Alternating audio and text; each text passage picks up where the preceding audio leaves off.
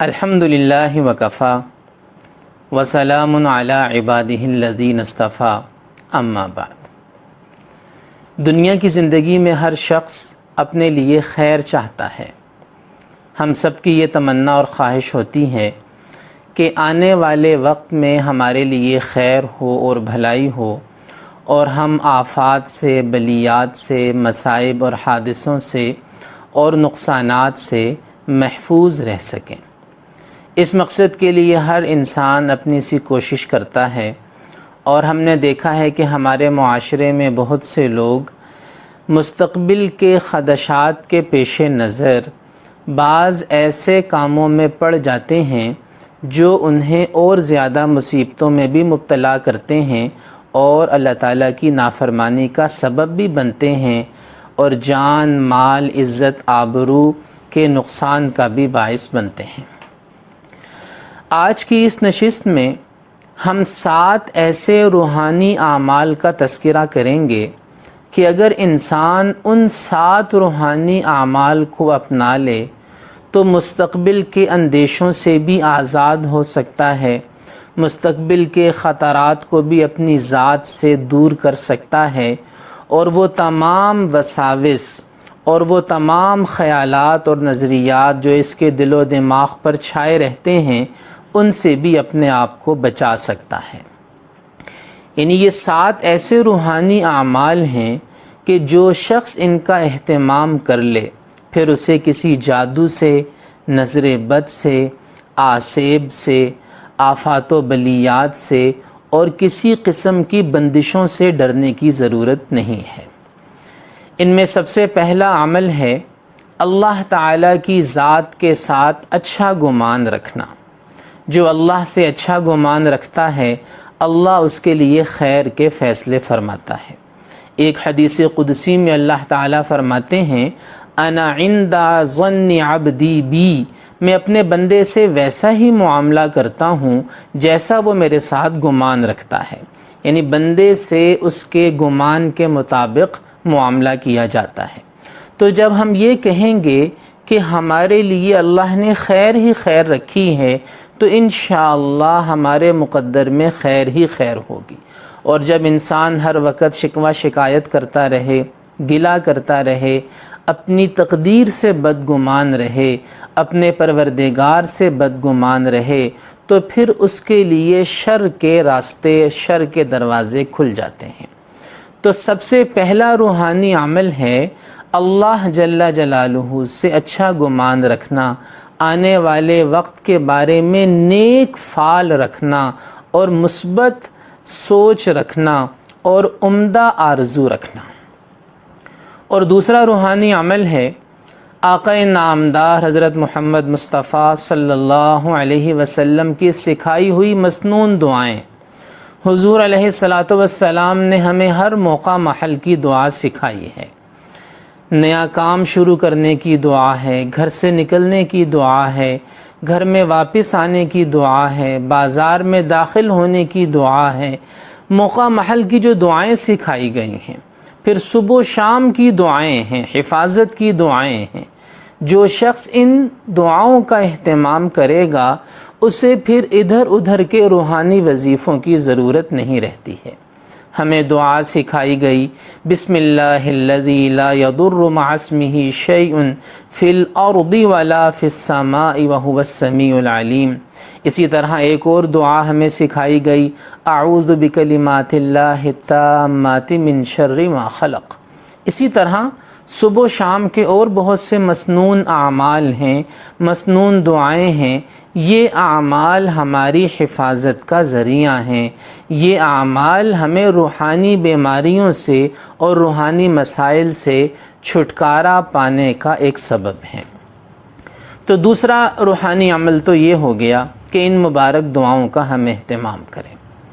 اور تیسرا روحانی عمل جس سے ہم مصیبتوں سے، آفات و بلیات سے، نظر بد سے چھٹکارا پا سکتے ہیں، برے حالات سے چھٹکارا پا سکتے ہیں، وہ ہے استغفار کرنا، یعنی اللہ جل جلالہ سے معافی مانگنا۔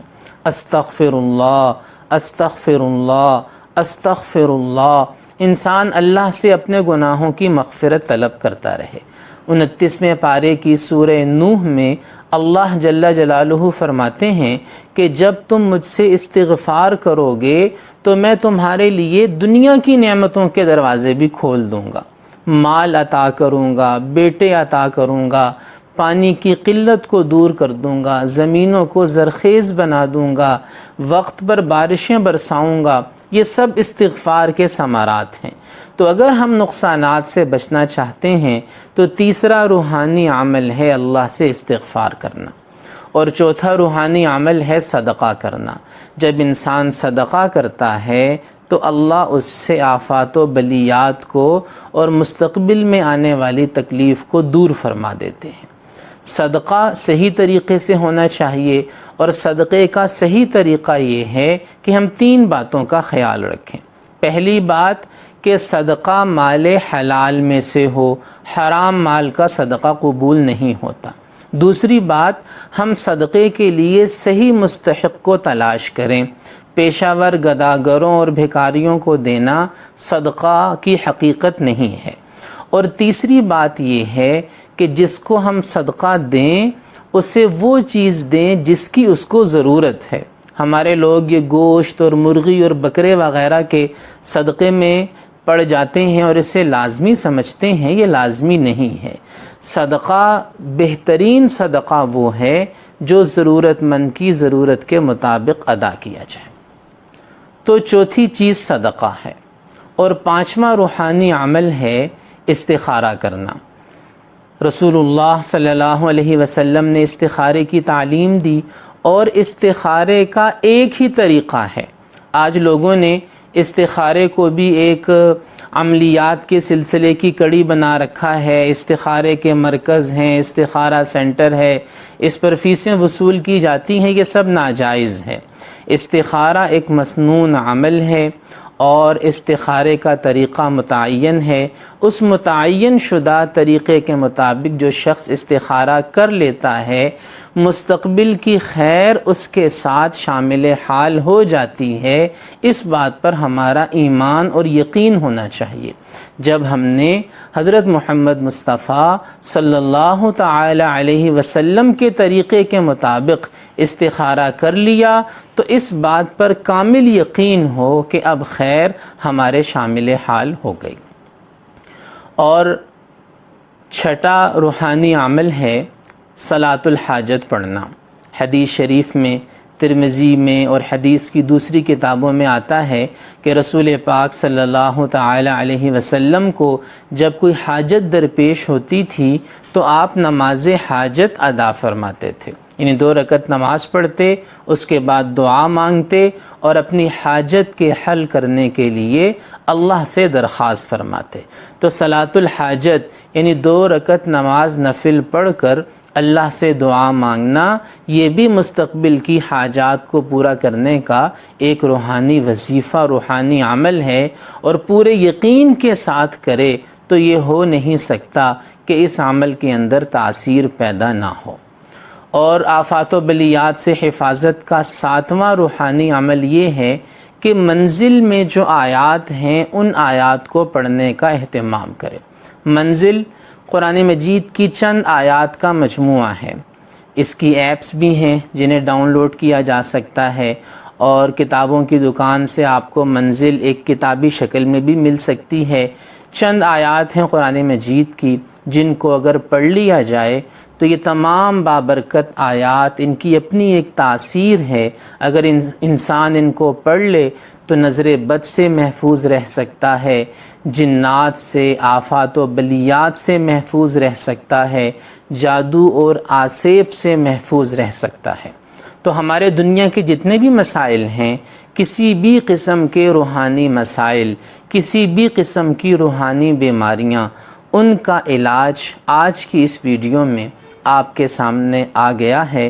اللہ سے دعا ہے کہ وہ ہمیں ان باتوں کو سمجھ کر ان پر عمل کرنے کی توفیق عطا فرمائے۔ وآخر دعوانا ان الحمد للہ رب العالمین۔